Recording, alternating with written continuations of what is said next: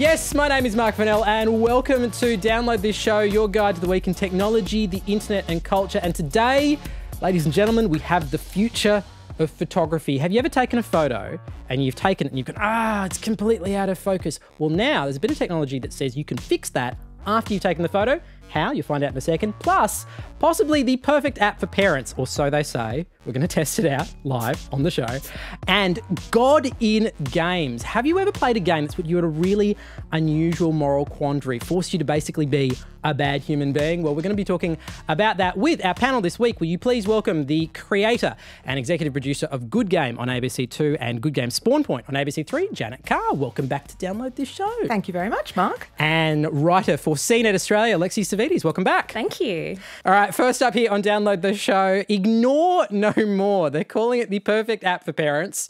We shall be the judge of that. Now, the idea behind it is if your child has an Android phone and they ignore your phone calls, you can set up this app, and what it will do is if they ignore you, you can actually block everything on their phone. It's diabolically genius. But Janet Carr, you are the mother of teenage boys. Is this the sort of thing you would actually use? Well, I have an offender, I have to say. My 16-year-old is really, really bad at answering his texts, like atrocious. And, you really do worry as a parent. It's like, where the hell is he? Where is he? Where is he? No answer for anything. And I know how much he loves his phone. Like, he is never, it might as well be surgically implanted into his hand. So I know he's reading them. So my first reaction was, yes, great. Then I actually showed it to him and I said, what do you think? Well, he threatened violence, first of all. Good start. Good start. But then we actually had a really good talk about it. And his opinion was that that would just be absolutely dreadful. And I do agree with him. It would be absolutely dreadful. But what it did do was lead us to talk about what I need when I send him a text and what he the information that he wants to give. And he said, Mum, your questions are so stupid. Your questions are like, have you had a good day bringing home ribs, darling?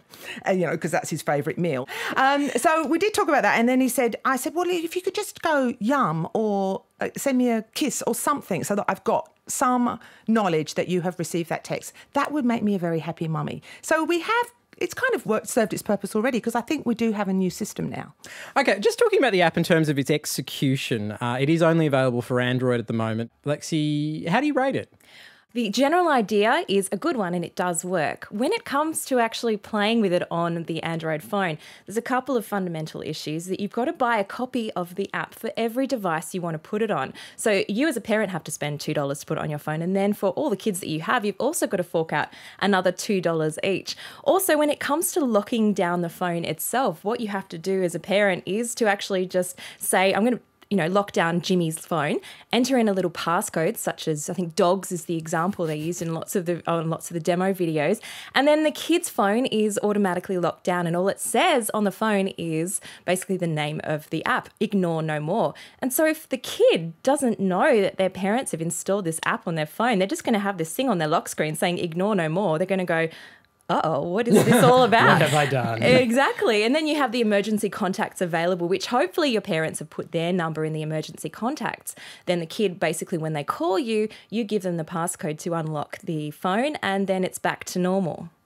I've tried various parental lockout schemes through my life with my children, trying to prevent them from, playing too many video games, frankly. Which is a weird thing that I imagine your children could throw back at you at any moment. Well, absolutely. And they have all been an unmitigated failure, I have to say. Cause more trouble than they're worth. So it always comes down to trust and discussion. And it'll be quite interesting to test it now to see if I sent him a text now, whether he would actually answer me. Do it. Let's do it. Yes, let's do it.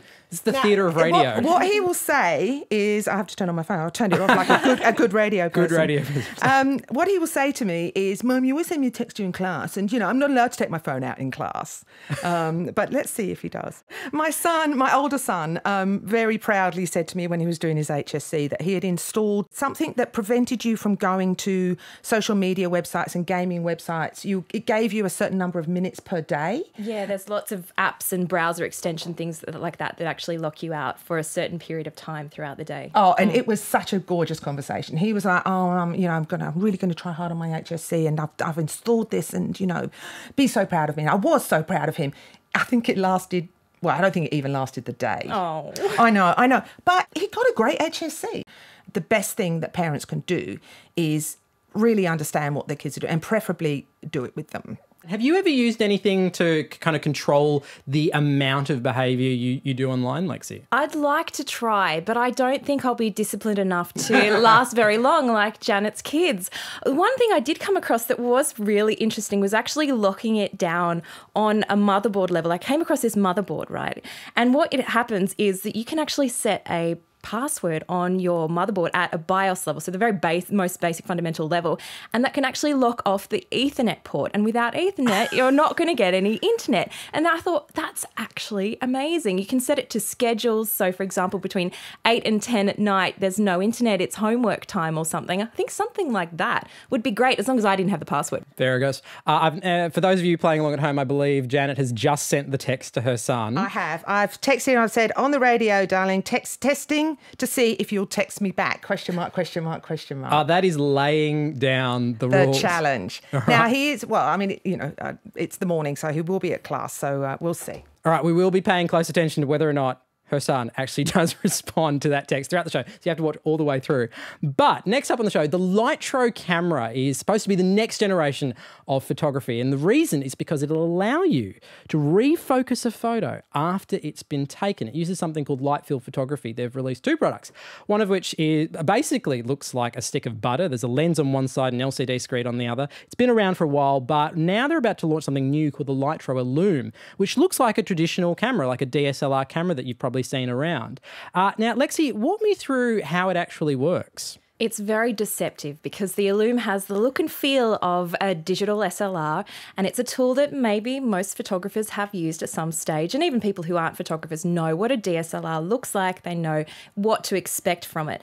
But the Lytro Illum is just so unusual in the fact you pick it up and it's really quite lightweight. They say it weighs around 900 grams, but it looks like basically a pile of bricks. It's massive when you see it. But the thing is, with this particular form factor that they've chosen, I think a lot of people are going to expect it to give the same behaviour that a digital SLR would, and it's really never going to be able to achieve that. It's a totally different camera underneath. And I think the reason why they chose to do it is because when their first camera came out, it was like a rectangular tube. It was really unorthodox. It was like pointing a really elongated matchbox at something. I really likened it to like a kaleidoscope. Yeah. And that was the kind of the impression. Yeah, absolutely. And a lot of people, obviously, who were photographers didn't have the familiarity with that shape. And so going to something like the Illum, which is a lot more familiar, is trying to draw in that crowd of people that obviously weren't that interested in the first camera. And they're trying to see if they can gain an entirely new market. The issue with that is that the Illum is basically teaching you to relearn everything you know about photography. I picked it up, tried to take a photo with it, and I've used the first Lytro camera extensively, and I still had problems wrapping my head around what I was trying to think of in terms of composing a picture, what I was trying to capture, because it's taking light in a different way. Because when you're taking a normal photo, you're thinking about things in terms of depth because everything's 2D and you're trying to create the illusion of depth. But with the Lytro, you've got that capability. You've got a depth map in front of you, and there's a special button on the Illum that gives you like that depth map overlaid.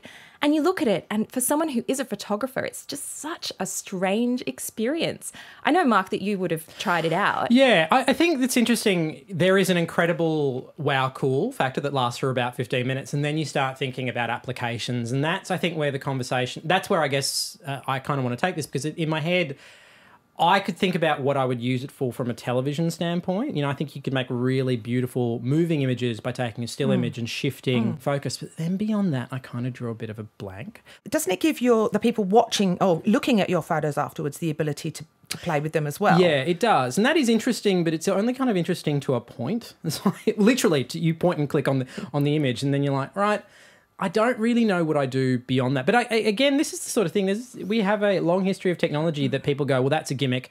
And then 6,000 or 7,000 people come up with something incredible that you never would have imagined. But that's right, because you can imagine if they can get that into, and I think there are some smartphone manufacturers that are looking at this space too. Yeah. You know, if you suddenly were doing that with your selfies and posting them super fast, and then that would make your wall way more interesting, wouldn't it? Well, this is where I think it gets interesting because he has said that they are looking to license out their technology to different phone manufacturers. And, you know, this is the thing, the vast majority, Lexi, of photos that get taken today are on mobile phones. Definitely. But the thing is, I think Lytro might be too late for the mobile space because we've had phones like the HTC One M8. It's got two cameras. One is a depth sensing camera. And, you know, the other flagship phones from this year, like the Galaxy S5 and so on, they have the ability to shift focus, not in the same way that Lytro does. It's not light field technology. It's done on a software level rather than a hardware level. But they really haven't taken off. You don't see people going and posting on Facebook now, oh, hey, look, I changed the focus in this photo and now you can see when it wasn't all in focus and now it is in focus. And here's the photo. It doesn't make any sense. Yeah, I don't think that's the thing. I think, you know, when you're going to be able to post it and then people themselves are going to be able to play with the photo that you've put up, that could be the thing. And they have an embedded bit of software, so you can embed a Lytro photo in the same way you can embed an Instagram photo on a website. And I will confess that is very cool, like the ability to just click on a random corner of a photo and click through. I guess what I'm curious about is, Lexi, where are the sorts of things you think it really could be used for? I mean, photojournalism, where could it be used? I think there's so many different realms that it could be used in. At the moment, I think medical and diagnostic imaging is a huge one. Oh, yeah. Imagine being able as a doctor to give your patient kind of perspective shifts on, you know, internal organs or anything else that, you know, that is a medical image and be able to give that to a patient in a different way.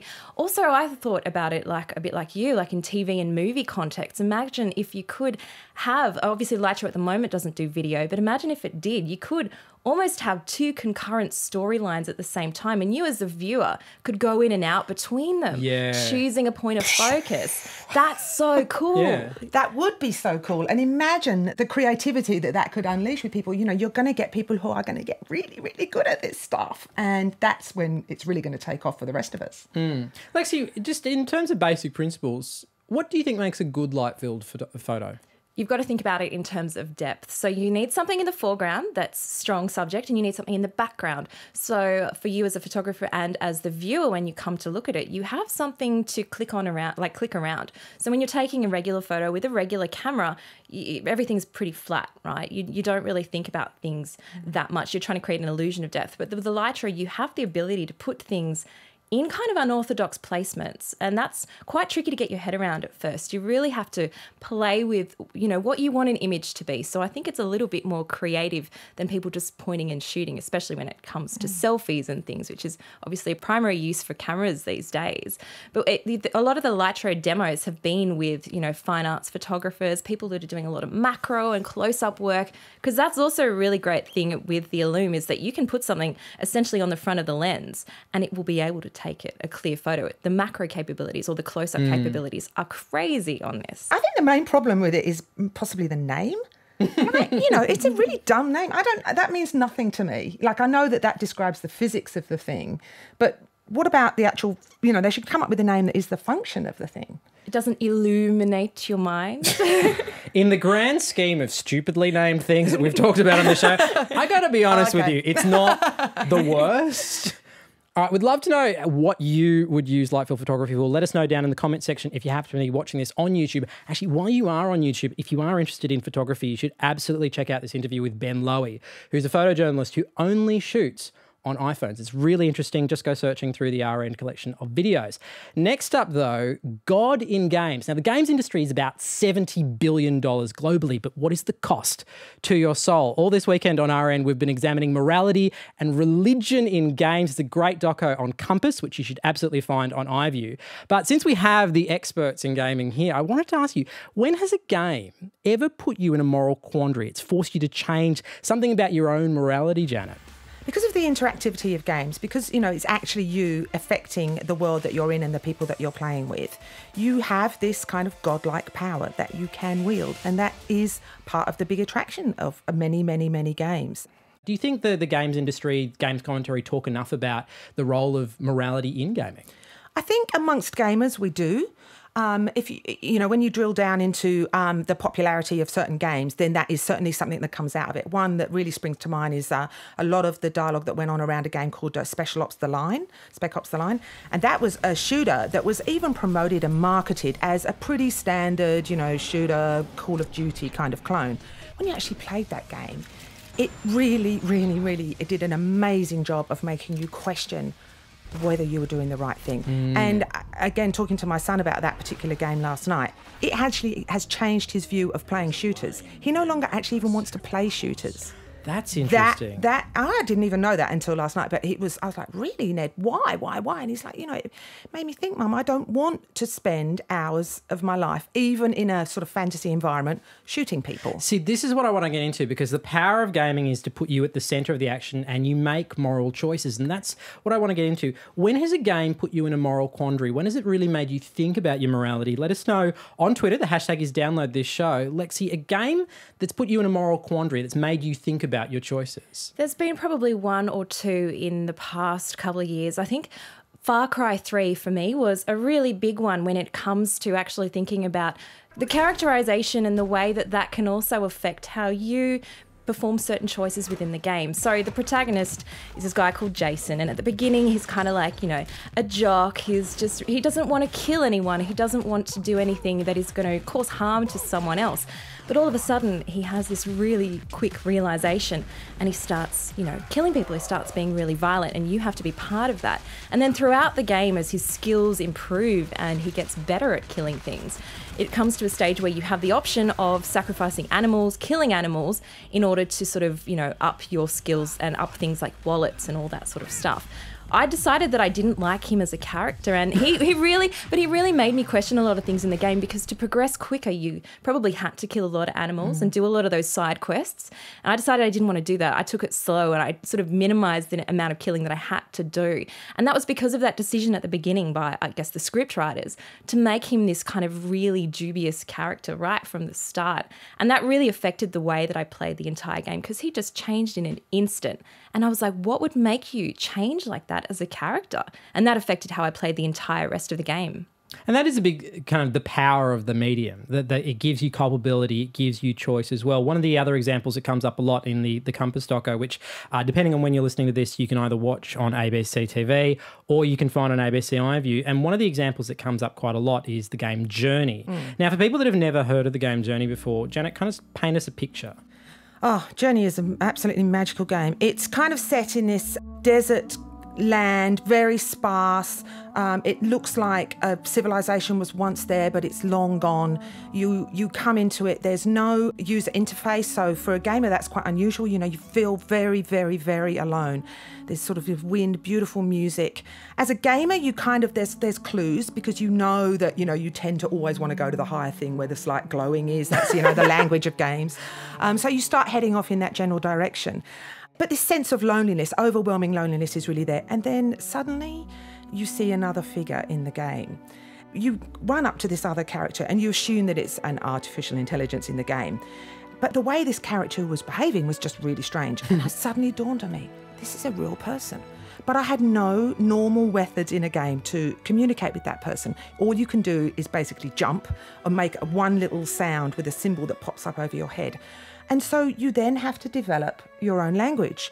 And it's incredible how that happens. And it's really a kind of an allegory for life, really, that you can develop a companionship and a language with someone where another human being, you realise it's a real human being, and then you go on this kind of quite spiritual quest together as you climb to this high peak. And this is all in like 3 hours. This is amazing, because it's interesting, just throwing back something you said earlier about the natural language of gaming is going to the high point and following the light, which in and of itself is kind of borrowed from religious kind of iconography as well. Absolutely. How much does the games industry and game designers rely on those kind of communally understood visual metaphors that have come from things like mythology and religion and things like that? Lots. I mean, it's a very fertile hunting ground for game developers.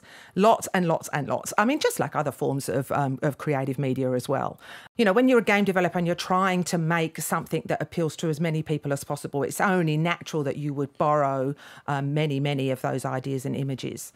Are there other examples of games that have put you in an interesting moral quandary that have changed the way you think about things? Man, there's so many. I was just playing, actually just again last night, one of my favourite little games is a game called Papers, Please. Little indie game developed by one person. It costs hardly anything. You are a border guard. It sounds really, really dull, but I really, really highly recommend it. You are a border guard at a kind of Eastern European state where the borders have just been opened, and you are literally there to stamp people in or out, and they present their papers and you analyse everything, and then they start telling you little bits of their story. So there's one classic scenario where this young woman comes through and she's like, please, behind me is my pimp and he's going to exploit me. Please don't let him in. So he comes along, and the first time I played it, rejected. Out you go, fine. Well, then, as in that round of that game, I ran out of money as an employee of this company, and my own family died. So the next time I played it, then you have to start again. The next time I played it, I'm like, oh, but I really need his $10. Let him through. And I felt terrible about that. I know. Wow. I know. You're a bad person. Well, that game is brilliant because it lets me be a bad person, and how do I sit with that? But my ultimate mark is really nothing to do with playing with an artificial character. It's when I've done things bad to real life people. Oh, okay. When I know that, you play these games and I know the people in these games, and there was one in a game called World of Warcraft that I'd played for many, many years, and it was quite a good friend of mine.